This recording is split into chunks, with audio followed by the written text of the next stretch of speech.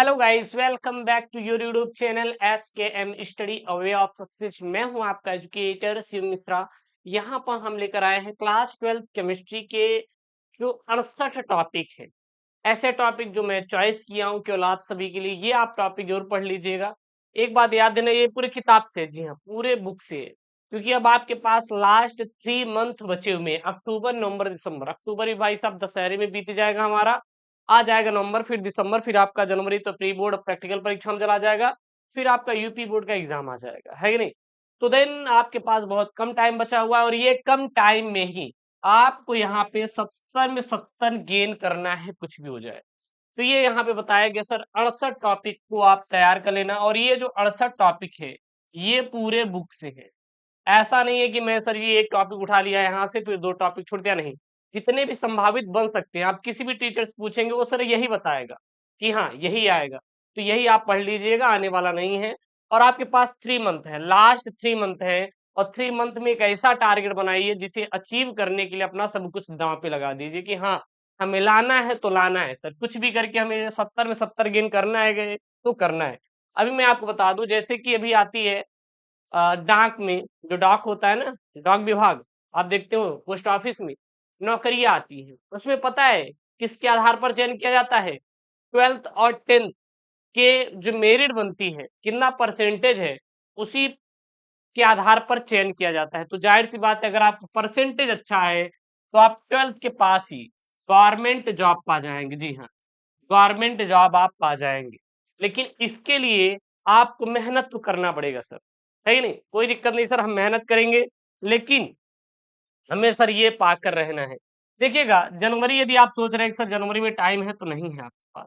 क्यों नहीं है? क्योंकि प्री बोर्ड परीक्षाएं, प्रैक्टिकल परीक्षाएं, सभी परीक्षाएं सर जी हमारी जनवरी में ही होती है, और जाड़े का महीना होता है गुरुदेव, उतना पढ़ने का मन नहीं करता है कि नहीं। चलिए अब बात करते हैं सर फरवरी की।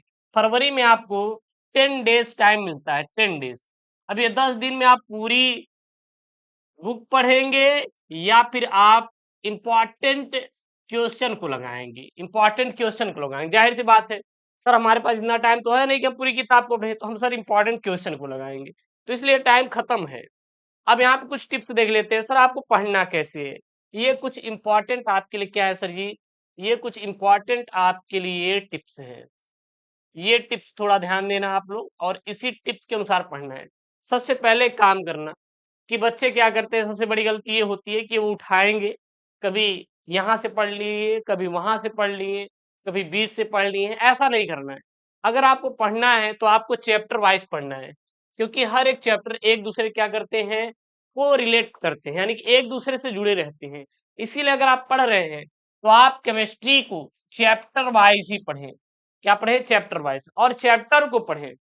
सबसे पहले आपको क्या करना है, क्लास 12 केमिस्ट्री के चैप्टर को पढ़ना है। ये नहीं कि आप उठा लीजिए क्वेश्चन बैंक, सॉल्व करना शुरू कर दे, नहीं। आप एक काम करना, आप जो भी क्वेश्चन बैंक से क्वेश्चन का लगा रहे हैं सवाल, उस चैप्टर को सबसे पहले आप पढ़ लें, उस चैप्टर को पढ़ लीजिए, तब उसके बाद आप सवाल लगाइए, हर एक क्वेश्चन आपका लगता हुआ चला जाएगा। तो सबसे पहला टिप्स क्या करना है कि आपको जितने भी केमिस्ट्री चैप्टर है, आपको एक बार शॉर्ट नोट्स लेके पढ़ लेना है, या फिर फुल नोट जो भी हो, ठीक है ना। फिर यहाँ बताए गए हमारे द्वारा जो 68 टॉपिक हैं, आप इसको रख लीजिए। यहाँ मैंने आपको टोटल 68 टॉपिक बताया है। आप यहाँ से रख लीजिए, आपका थ्योरेटिकल, न्यूमेरिकल, डेरिवेशन, या फिर हम बात करें रिएक्शन वाला, सब कुछ यहीं से हो जाएगा, ठीक है। फिर आप क्या करना, केमिस्ट्री का चैप्टर वाइज न्यूमेरिकल सॉल्व कर लेना। केमिस्ट्री क्या करना, चैप्टर वाइज न्यूमेरिकल सॉल्व कर लेना। हम हमारे पास जब सारे इंपॉर्टेंट चैप्टर आ गए, हम यहाँ पे 68 टॉपिक, इसमें आपके फॉर्मूले भी इंक्लूड है। जब ये सब पढ़ लेंगे तो जितने भी न्यूमेरिकल है चैप्टर वाइज उसको सॉल्व कर लेंगे। सर कितने चैप्टर है? केवल 3 चैप्टर के न्यूमेरिकल पेपर में आते हैं। शुरू के 3 चैप्टर न्यूमेरिकल लगा लीजिए। अच्छा, कितने नंबर के आते हैं? ये जो न्यूमेरिकल होता है 10 से 15 नंबर का आएगा सर, और वो भी शुरू के चैप्टर 1 से लेके चैप्टर 3 तक, 1 से 3 तक ही लगाना है, बहुत ज्यादा नहीं, है भी नहीं। फिर केमिस्ट्री में जितने भी नेम्ड रिएक्शन है, सबसे पहले उनको पढ़ लो यार। जैसे कि कैनिजारो अभिक्रिया, कैनिजारो अभिक्रिया, ठीक है ना। ये सब जितने भी है, आपको अभिक्रियाएं, वैज्ञानिक नाम पर अभिक्रियाएं जितने भी है, आप लोग सभी को क्या करेंगे सर, रट लेंगे। और इसके बाद केमिस्ट्री के चैप्टर वाइज मोस्ट इंपॉर्टेंट वाले, क्या सर ये मोस्ट इंपॉर्टेंट वाले क्वेश्चन को ढूंढ ढूंढ कर आपको पढ़ना है। ये सब करने के बाद यहाँ बताए गए 68 टॉपिक को रटने के बाद, चैप्टर वाइज न्यूमेरिकल लगाने के बाद, नेम रिएक्शन आपको हो जाने के बाद, अब देखिए कि सब चैप्टर वाइज ऐसे कोई है क्वेश्चन जो कि हमारे पेपर में आ रहा है, जिसे हमें पढ़ना जरूरी है, आप उसको ढूंढ ढूंढ के पढ़िए ना, हम आपको छूट दिए ना सर, पढ़िए ना, हो जाएगा, ठीक है ना। अब सर 68 यहाँ पे जो टॉपिक मैं बताया हूँ इसको आप नोट करिएगा, नोट करिएगा। सबसे पहला जो सर ये आपको करना है, पढ़ना है, वो क्या पढ़ना है सर जी, हेनरी का नियम। सर विलियन से है बना हुआ, हाँ सर, विलियन से सर बना हुआ है। अब मोस्ट इंपॉर्टेंट वाला टॉपिक है, क्या सर जी, हेनरी का नियम, ठीक है ना। हेनरी के नियम बाद मोलरता के बारे में पढ़ना है। मोलरता सर क्या होता है, न्यूमेरिकल आता है, क्या आता है सर, न्यूमेरिकल। न्यूमेरिकल यहाँ से खूब बनते हैं, न्यूमेरिकल पढ़ना है। फिर मोललता के बारे में पढ़ना है, मोल प्रभाज और मोल अंश के बारे में पढ़ना है। फिर सर राउल्ट का नियम, अच्छा यहाँ सर ये न्यूमेरिकल है, यहाँ से खूब न्यूमेरिकल आते हैं, मोललता से मोल प्रभाज मोल अंश से, यहाँ से आपके न्यूमेरिकल आते हैं। डेरिवेशन या बोलेगा परिभाषा, हेनरी का नियम, राउल्ट का नियम, परासरण तथा परासरण दाब में अंतर, परासरण तथा परासरण दाब में अंतर। फिर उसके बाद चैप्टर सेकंड में आ जाएंगे तो विशिष्ट चालकता या चालकत्व के बारे में बोलेगा कि विशिष्ट चालकत्व क्या होता है या चालकता के बारे में आप बताइए, संक्षेप में लिखिए। मोलर चालकता, कोलराउस का नियम, फिर फैराडे के विद्युत अपघटन का नियम। तो ये सब आपको पूरा पूरा पढ़ लेना है, ठीक है। चलिए आगे क्या है, यहाँ पे आपको पढ़ना है टॉपिक 11 नंबर वाला। 11 नंबर वाला टॉपिक ध्यान देना, इलेक्ट्रोड के बारे में पढ़ लेना, इलेक्ट्रोड विभव के बारे में पढ़ लेना, विद्युत रासायनिक सेल के बारे में पढ़ लेना, सेल का विद्युत वाहक बल पढ़ लेना, वेग स्थिरांक या दर व्यंजक। आपको कुछ करना नहीं है, आप क्वेश्चन बैंक निकाल लीजिए, क्वेश्चन बैंक निकाल के बढ़िया उसके सामने सब कुछ लिखा हुआ है, पढ़ते चले जा रहे हेडिंग ढूंढ ढूंढ के। फिर अवक्रिया की कोड ज्ञात करने की जितनी विधियां हैं, आपको सभी विधियां आपको पढ़ना है। फिर अर्धायुकाल के बारे में पढ़ लेना, टी हाफ कैसे निकालते हैं।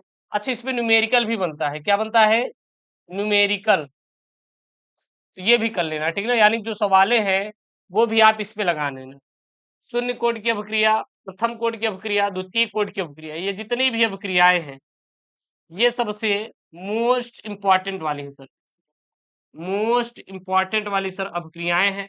इन सभी अभिक्रियाओं को आपको रटना है।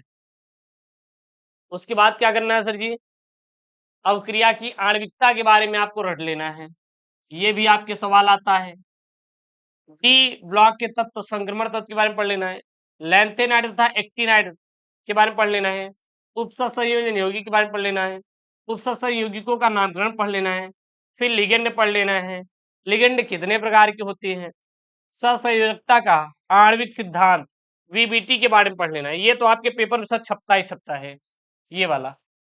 हेलो एल्केन के बारे में पढ़ लेना, हेलो एल्केनों का नामकरण पढ़ लेना, वुटर जब किया पढ़ लेना। फिर यहाँ पे आपको क्या पढ़ लेना है, एसएन तथा एसएन अभिक्रिया के बारे में पढ़ लेना है। हेलो एरीन, हेलो एरीनो का नामकरण पढ़ लेना है। क्लोरोबेंजीन के बारे में पढ़ लेना है, क्लोरोफॉर्म, फिर एल्कोहल के बारे में पढ़ लेना है।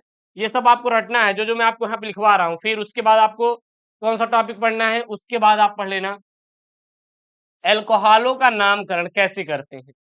ये एक मोस्ट इंपॉर्टेंट वाला सा टॉपिक है सर, मोस्ट इंपॉर्टेंट वाला सा टॉपिक है, ठीक है ना। उसके बाद आप लोग एल्कोहलों का वर्गीकरण पढ़ लेना, प्राथमिक द्वितीय तथा तृतीय एल्कोहलों में विभेद अंतर लिख लेना, एथिल एल्कोहल या एथेनॉल के बारे में पढ़ लेना, फिनॉल के बारे में पढ़ लेना, फिनॉल का वर्गीकरण पढ़ लेना, मतलब फिनॉल कितने प्रकार के होते हैं। फिर यहाँ पे अगला टॉपिक आप पढ़ लेना, फिनॉल के निर्माण की विधियां पढ़ लेना, ईथर तथा ईथरों का वर्गीकरण, ईथरों का नामकरण, ईथरों के निर्माण की विधियां पढ़ लेना, एथिल ईथर बनाने की जितनी विधियां हैं वो सारी सारी विधियां रट लेना आप लोग। एल्डिहाइड बारे में पढ़ लेना, एल्डिहाइड एवं कीटोन का नामकरण आप लोग पढ़ लीजिएगा। फिर कार्बोक्सिलिक अम्ल के बारे में आप लोग तैयार कर लेना, ये सब इंपॉर्टेंट वाले टॉपिक सर। कार्बोक्सिलिक अम्ल, फिर कार्बोक्सिलिक अम्लों का वर्गीकरण पढ़ लीजिएगा, कार्बोहाइड्रेट पढ़ लीजिएगा, सीम टबकी आप पढ़ लीजिएगा। उसके बाद नाइट्रो यौगिक के बारे में आप तैयार कर लेना, नाइट्रो यौगिक क्या होता है, फॉर्मिक अम्ल के बारे में पढ़ लीजिएगा, नाइट्रोबेंजीन के बारे में पढ़ लीजिएगा, एथिल एमीन बनाने की विधियों के बारे में पढ़ लीजिएगा कि एथिल एमीन क्या है, कैसे बनाया जाता है, डाइएजोनिमोन के बारे में, डाइसेकेराइड के बारे में, पॉलीसेकेराइड के बारे में। ये सब मोस्ट इंपॉर्टेंट वाले टॉपिक है जो मैं यहाँ पे लिखवा रहा हूँ, ठीक है ना। ये सब आप निकालिए किताब से और छाप लीजिए। सेलुलोज के बारे में, एमिनो अम्ल के बारे में, प्रोटीन, डीएनए तथा आरएनए में अंतर। अच्छा, डीएनए और आरएनए का पूरा नाम आता है, तो ये कैसे लिखेंगे? डीएनए का पूरा नाम याद कर लीजिए, deoxy ribo nucleic acid, nucleic acid होता है, ठीक है। और आरएनए का पूरा नाम राइबो न्यूक्लिक एसिड होता है। क्या होता है सर? एसिड होता है, ये आरएनए का पूरा नाम है। एंजाइम के बारे में पढ़ लीजिएगा, विटामिन के बारे में, डीएनए एवं फिंगरप्रिंट के बारे में पढ़ लीजिएगा। ये सबसे मोस्ट इंपॉर्टेंट वाले टॉपिक यहाँ पे मैंने आपको 68 इंपॉर्टेंट टॉपिक बताए हैं क्लास 12 केमिस्ट्री के। आप इन टॉपिकों को तैयार कर लेना, ठीक है ना। तैयार करने के बाद आप बताना कि हाँ सर समझ में आ रहा है। देखिए यहाँ पूरे पूरे मैं यहाँ पे करवा दे रहा हूँ आपका, ठीक है ना। यहाँ पे सब आप तैयार कर लीजिएगा। और एक चीज और, चैनल को सब्सक्राइब नहीं किया तो चैनल को सब्सक्राइब कर लीजिए, क्योंकि हम इसका प्रॉपर सॉल्व इंपॉर्टेंट टॉपिक जितने सब कुछ ले आ रहे हैं। ओके दोस्तों, थैंक यू, जय Hind, take care, bye bye.